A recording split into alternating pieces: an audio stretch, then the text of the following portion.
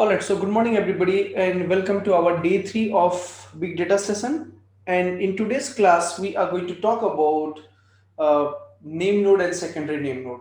In the last class, we discussed the Hadoop architecture. There, we had a discussion about like how the architecture of Hadoop looks like, right, and what are the various daemons that is a part of this Hadoop architecture.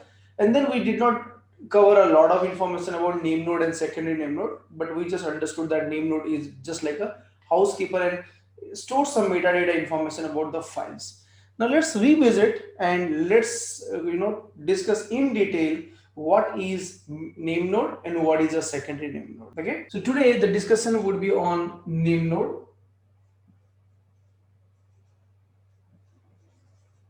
and secondary name node. Okay, so let me draw the same diagram again. Okay, let me draw the same diagram again, the same Hadoop architecture diagram where we had one node like this, a master nodes, right? And we had a lot of slave nodes,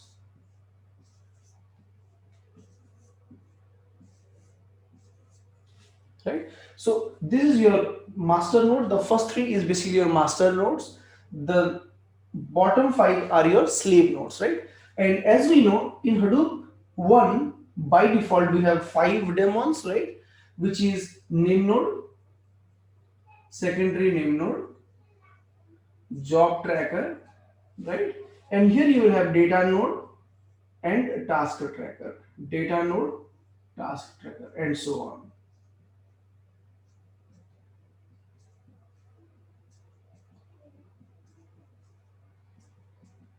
Okay, now the main problem of Hadoop 1 is this name node is a single point of failure, which means if at any time this name node goes down, then you'll have to engage your admin teams to get them up and running, right? And the name looks very simple, name node and secondary name node. It looks like, okay, maybe if this goes down, then this will be up, right? But that is not the correct, functionality of secondary name node, right? So don't go by naming convention here. They have named it very poorly.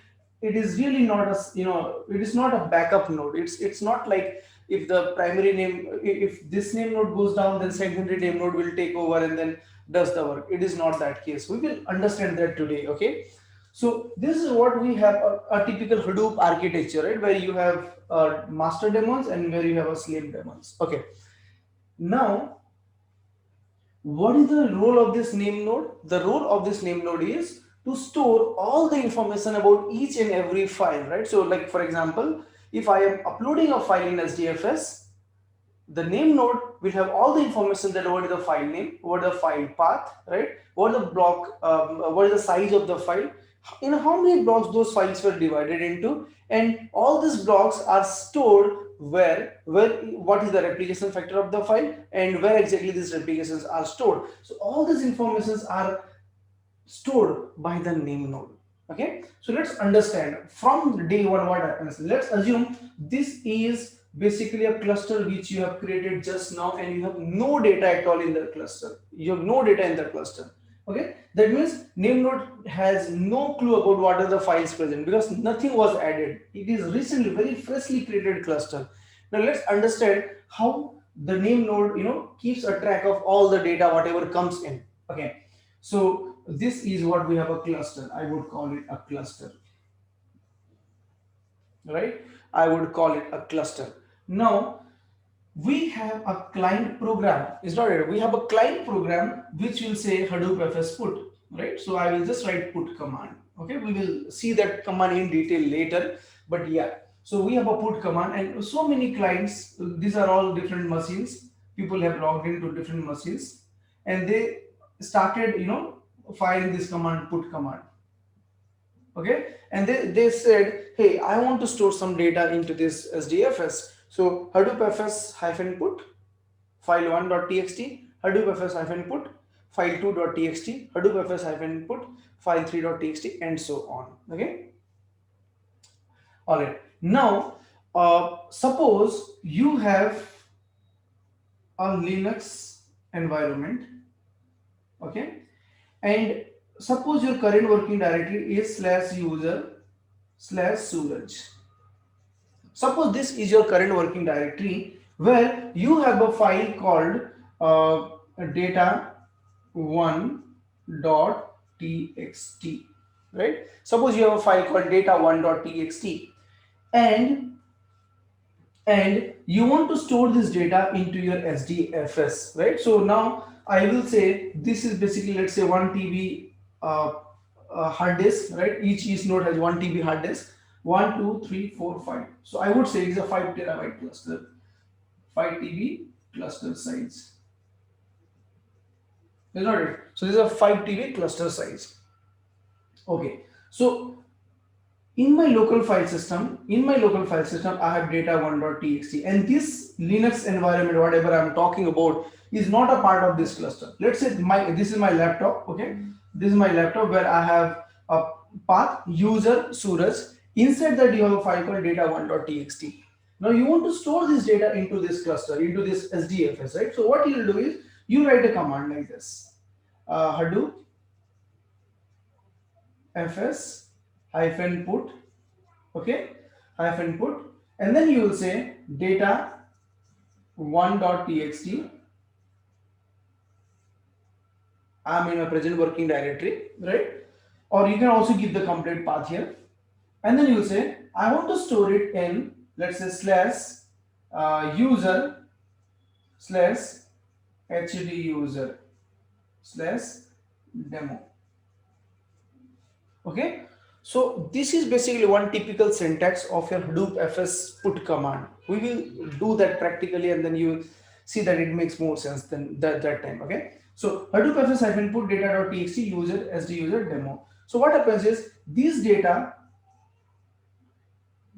is present in your local file system, in your machine, right? In your machine, and you want to store it into your SDFS. So whenever you are trying to store it in the SDFS, the first thing what you should do is check. The first thing what you should do is give a path, and this path is basically a dummy path. Okay, when I say this path is a dummy path, that means you are not going to create that path anywhere in this data nodes, anywhere in this slave computers. Okay, this is a path for programmer. This is a path for programmer, which means, see, if I tell you how it works is, it blindly says, hey Nimrod, I want to store a data called data.txt. I have this data with me and it is of 1 GB. I want to store this data in your Hadoop cluster.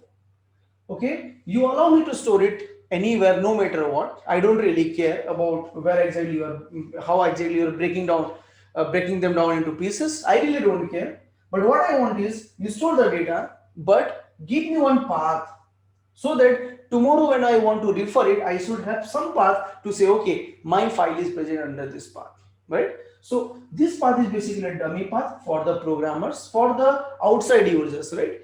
Now, when you do so, what will happen, it goes to the name node, and this is basically an instruction, right? So this put is basically a command. It's not it. This put is basically a command. This is an instruction.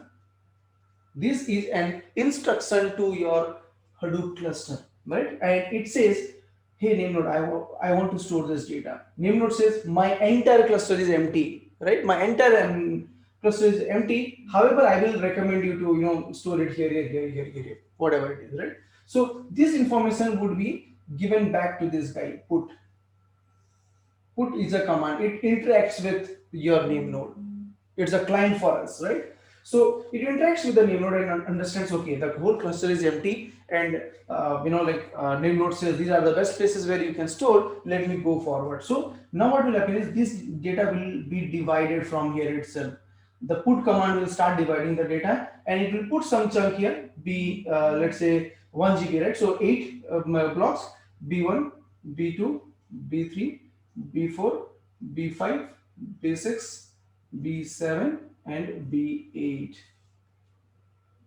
right? So we have divided this whole data into multiple blocks and the data would be stored here, right? So the communication will happen via name node, but the transport of the data, right, the data transmission will never take place um, via name node, right? Because name node cannot take all the pain of transferring all the data of the entire cluster. So this data will go and eventually reside along with the replication factors, right? So if I say replication factor is 3, then the data would be copied 2 more times, right? And then the data would be stored.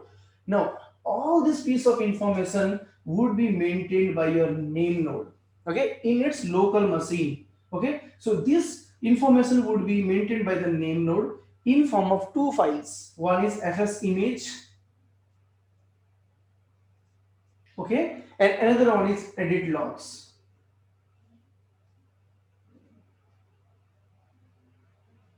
So what I'm trying to tell you is name node creates two type of files in its local system. See, at the end of the day, this is also a machine. It's not it, it is also a machine. So name node physically creates two types of file. One is fs image and another one is edit logs. Okay, initially the entire cluster was empty, so let's assume this fs image has nothing in it, okay, because it was completely empty, so it has nothing on it. Okay, so you don't have anything on it, and name node are basically those machines which will have more memory in terms of RAM. Okay, so let's say this name node is configured with 128 GB of RAM.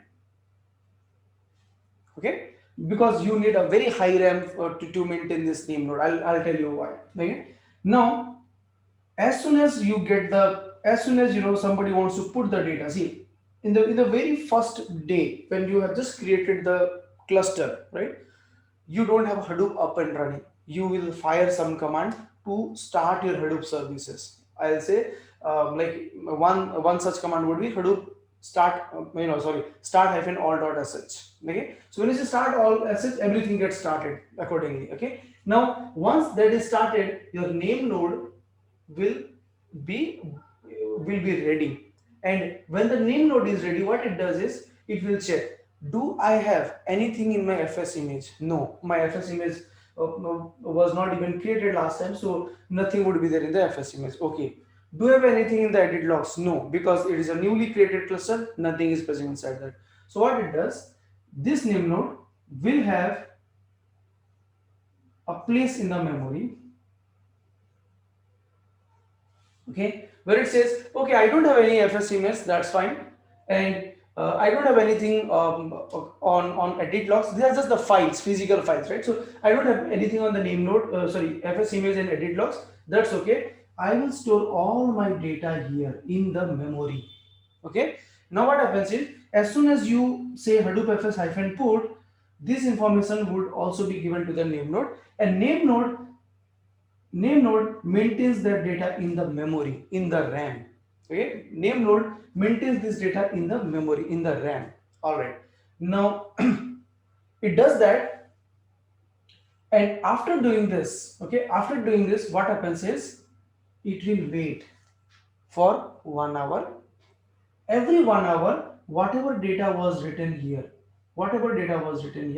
will also be pushed back to edit logs. Okay, so whatever data is present here every 1 hour will be pushed to your edit logs. All right, so whatever happened in the last 1 hour would all be pushed into the edit logs. Again, after 1 more hour, again whatever status you have in this memory would be pushed to the edit logs. So this would be added every hour. Okay, this would be added every hour. Your edit logs will have the data, a lot of data, right, a lot of data. And similarly, this fs image is currently idle, right? Sorry, is empty. Currently, it is empty. It has nothing on it. Now, this is what is getting stored in the physical file, right? This is what is getting stored in the physical file. Now, let us assume for some reason the name node was down. Okay, the name node was shut down so that like some patches can be installed and we can restart the name node. Let's say it's right now shut down. Now what will happen? Whatever was present in the memory, whatever was present in the memory is present in your edit logs. Is not it? Whatever was present in the memory is present in the edit logs. Second time, when it boots up, what happens is this fs image and this edit log content would be read. Okay, these two content would be read and it will again be loaded in the memory, which means the second time when I start my name node, I will have some information in this edit log and maybe no information in this fs image. That's okay. So what will happen is this data would be read and merged together and would be stored here. Okay, done. We have stored this data and information over here. Now the name node has the latest content about all the status of the files, right? Okay.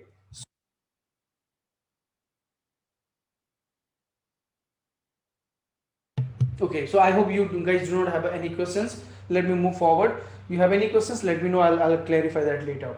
Okay, so the data is now preserved in this edit logs. Nothing is in the fs image, and that's what it is right now. Okay, now what happens, every see, now suppose the name node is running. Okay, and let's say this name node constantly receives a lot of IO operations, right? It does a lot of IO operations. It reads the data from SDFS, it writes the data into SDFS, it does a lot of things. So let's say it is not shut down for 3 days, right? Now if it is not shut down for 3 days, don't you think this edit log will increase, right? The volume of edit log will be more, right? The amount of data which will be written in this edit log will be more. So let me tell you what is the difference between these two files. Fs image is a read only file, okay, which will be read only during the startup by the name node. After that, anything, any IO operation you do, right? After that, any IO operation you do on your Hadoop will all be tracked and written into your edit logs. Okay, so which means fs image is a read-only file for name node. It reads during the boot up, right? And once the name node is ready, it never touches fs image anytime, right? And everything then onwards would be written to your edit log. So edit logs contains all the edit history, like this file was copied here, this file was moved, this file was deleted. All the information would be present in the edit log. So can I say at any point of time, fs image plus all the changes that is applied on edit logs will give you the exact file system details of your Hadoop cluster? Yes, right? Okay. Now, as I said, suppose this name node is up and running since last 3 days. So in the last 3 days, what will happen? All these requests, whatever was coming, all the read request or maybe write request, remove request, this request, that request, all the requests, whatever came, would be all logged in your edit logs, right? And then your edit log file will increase to anything. Let's say it got increased to, let's say, 10 GB, let's assume, right? And these are all physical file, guys, right? These are all physical files. After 3 days, let's assume we again restarted our Hadoop cluster, right? So when I restarted my Hadoop cluster, again my name node will start. Again my name node will restart, right? So at that time, what the name node will do? Name node will try to read all the data from fs image and all the data from edit logs. It's not it. It will try to read all the data from fs image and edit logs, and it will apply all the changes, right? So if the size of this file is 100 GB edit log, right, then it has to apply all the changes together to create a standard fs image, right? And it will take a lot of time to make your system ready.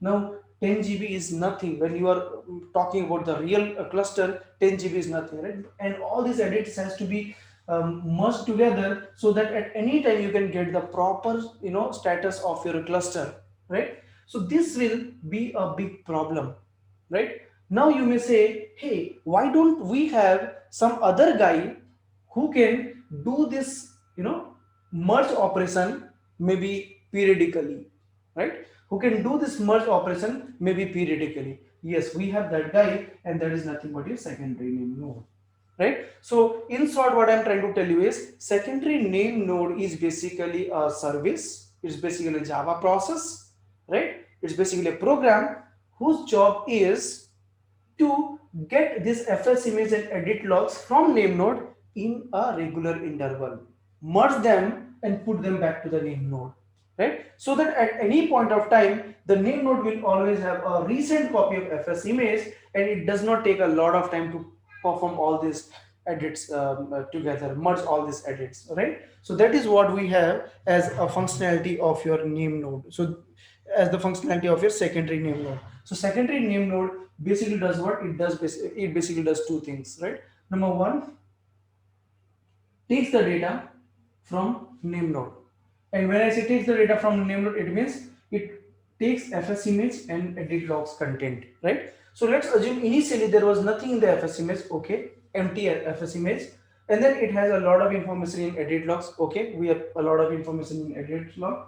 So secondary name node takes those files and applies all the transactions whatever you see on the edit logs, right? And all these transactions would be merged into a new file system, into new fs image. A new fs image file will be created, and this fs image file will be pushed back to the name node. This would be pushed back to the name node. So after some time, once your secondary name node has done this operation, once the secondary name node has done this operation, your name node will have a updated fs image file, and your edit log file will be reset to zero, to empty, right? Because now you don't have anything, because everything whatever changes are done are already kept in fs image, right? So now the next time when your Hadoop boots up, next time when your Hadoop boots up, then your name node will not have to spend a lot of time to merge the data from the edit logs, because the secondary name node has already merged fs image and edit logs, and it has pushed the data back to your name node, okay? So this concept of pulling the data from pulling this fs image and edit logs from your name node, merging them and writing it back, this whole process is called checkpointing,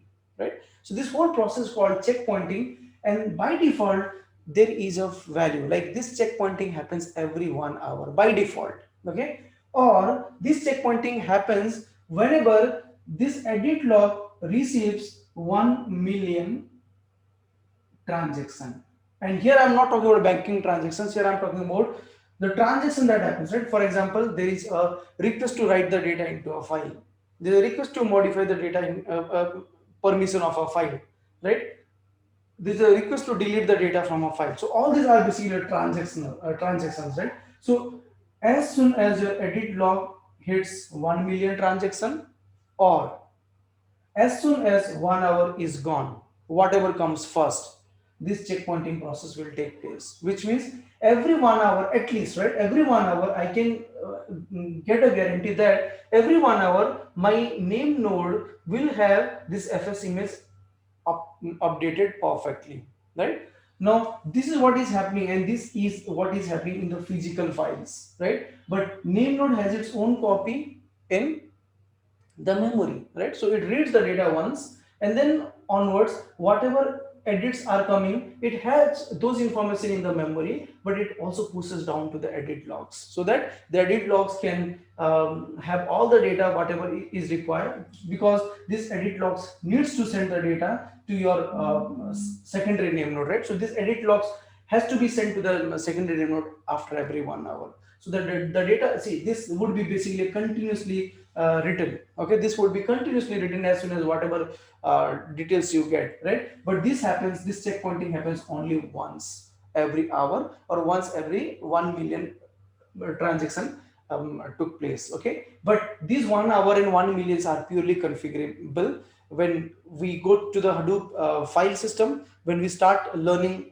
how do you install Hadoop, that time you will see where exactly you can put this, right? So there are some configurations you have to make changes, right? Wherein you can say, hey, no, I don't want to do this every 1 hour, I want to do it every 30 minutes, Or you can say, hey, I don't want to perform this every 1 million. I want to do this every 50,000 records, right? So that's what your secondary name node will do. Okay, now I hope we understood. So the name node basically maintains two files, fs image and edit logs. These edit logs will be continuously written. Okay, these edit logs will be continuously written. I think I told you something else in the beginning. It does not write every 1 hour, right? So this would be continuously written. What gets written every 1 hour is when the secondary name node starts, doing this checkpointing process. Every 1 hour, this edit logs will be taken by the secondary name node. All the merges will be done, and then the data would be written back to your name node, right? So that is what is the duty of your secondary name node, right? Okay, now we have to understand one more thing here, like this name node, this name node will always have a better memory in terms of RAM, right? It does not need too much of hard disk, but it needs a good amount of RAM. And why is it so? Is because every file you create in SDFS, every file you create in SDFS, their metadata should be stored by the name node, right? Now, I have two cases. One is, suppose I have one file of 1 GB. Okay. Now, to store the metadata of this file, you only need one entry,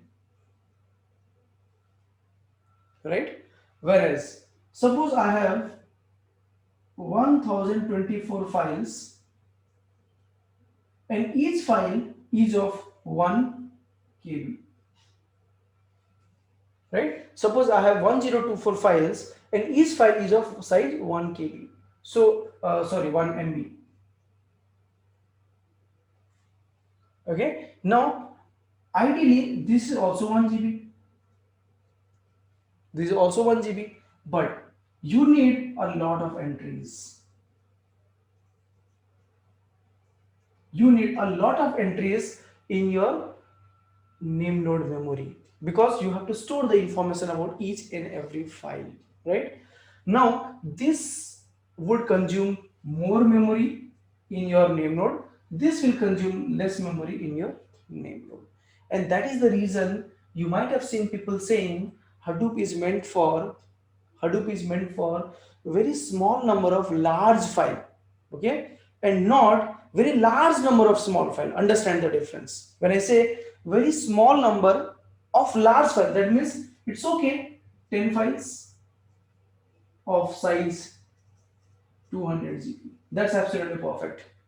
Okay, but it's not perfect that you have 1 million files of 1 KB. Okay, now I will always recommend whenever you're working in Hadoop, right? Always try to make sure that your file size, each of your file size is at least equal to your block size. At least equal to your block size, right? And don't try to put a files in KBs. Don't try to put a files in KBs. And if you have a data where the files are in KBs, I will always suggest you merge that file and then push it to your SDFS. Don't store a lot of files. Don't store too much of files, right? Because most of the time when you are working on any project, you will see the data is coming to you in form of GBs. The data is coming to you in form of MBs. Sometimes you also see the data is coming in form of micro MBs, like many MBs, 1 MB, 5 MBs, 10 MBs, and so on. So I would not recommend you to put this as it is in your SDFS because that is going to cost a memory to your name node, right? And that is the only reason why your name node must have a very good memory. Okay, so name node, secondary name node will basically have almost same type of configuration, right? In the real-time production, when you are setting up your name node and secondary name node, you will have similar type of configuration for both of them. Okay, whereas in case of the data node, you need more storage, right? So you may have the typical scenario could be this. You may have 1 TB of hard disk, okay, or maybe 2 TB of hard disk, but this data node, this machine you may have 12 TB of hard disk, something like this, because you need more hardware, you need more space here, but you need more memory here. This could be 128 GB of RAM, and this all could be maybe 32 GB of RAM, or maybe 64 GB of RAM, right? Or possibly 128 GB of RAM also, no problem. But what I'm trying to tell you is you should always make sure that your name node machine has a good, memory, right? So in terms of RAM, it should have a good memory. Okay.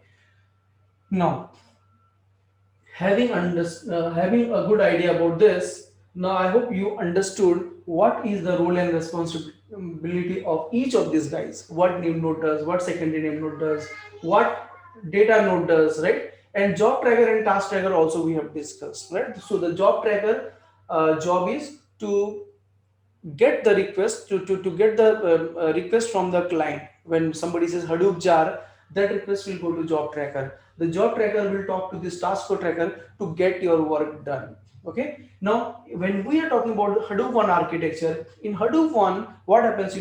Whenever I write a job in Hadoop one, any job, any Hadoop job will be basically a map reduce job, either a map job or a reduce job. Okay. So whenever I write a program, this program can be classified into two part: map side and reduce side. Okay. So when we start implementing the logic, then you will have a clear idea about it. Okay. So whenever you are writing a Hadoop job, usually you'll have to think with respect to map and reduce. So whenever you used to submit a job in your Hadoop one cluster, your job tracker your job tracker launches a process called task instance. Your task tracker, not a job tracker. Your task tracker internally launches an instance called task instance. Okay, and in this task instance, it launches slots.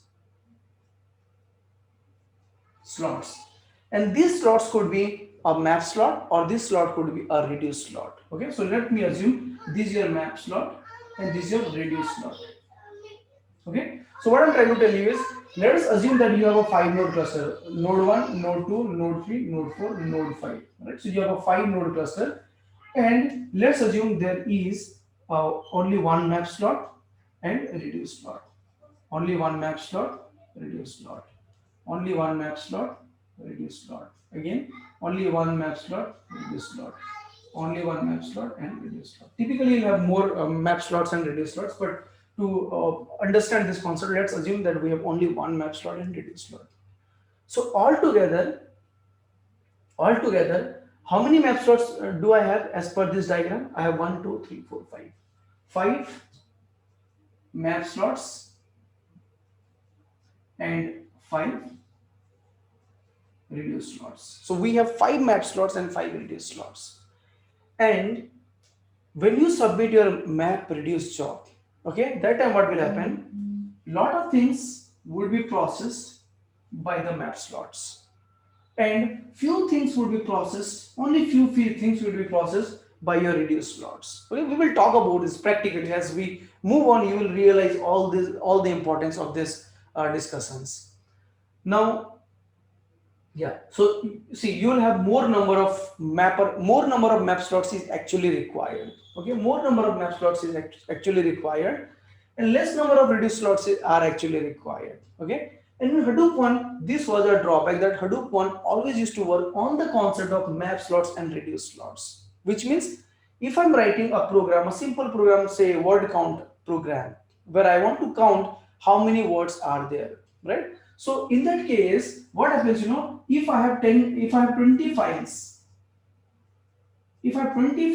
then 20 map job is required to process this data parallelly. Okay, which means if I want to run this program very, very much parallelly, then you need at least 20 map slots to process this data completely in a distributed fashion. However, how much map slot I have as per this diagram? Only 5 map slots. So what will happen is, in the first trip, the first 5 files will be processed. In the second trip, the second 5 files will be processed. Third trip, the next 5 files will be processed. Fourth trip, the next 5 files will be processed. Fifth trip, the next five files will be processed like that, right? So in the fourth trip, in the fourth trip, you will have all your 20 files are processed. And I'm assuming all these files are of less than or equal to 128 MB. Okay, that means only one block was created for these files. So that was a problem of man. That was the problem in Hadoop one, like where you actually need more slots, but you have very limited map slots because unwantedly, we have those many reduced slots as well, right? So if I talk about the map reduce job, if I talk about the word count map reduce job, then typically you need at least, as per this requirement, 20 files, you need 20 map slots, right? And you will hardly need very few reduce slots. Okay, you will need hardly very few reduce slots. So this was really a bad idea or a bad design, which created a lot of problem when executing the job in map reduce one fashion. To overcome that, what we have is in Hadoop 2, we removed the concept of this map slots and reduce slots. We started calling it containers, generic containers.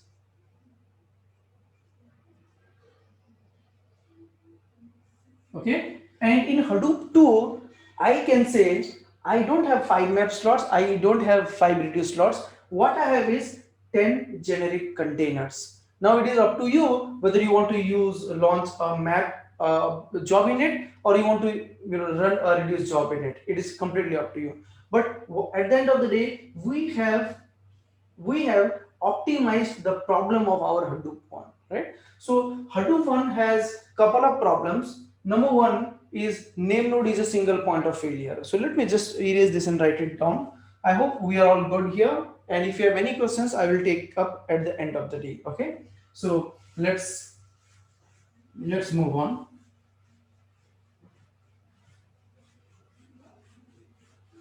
So since you guys are online, so I would suggest you, if somebody else can also answer that, that would be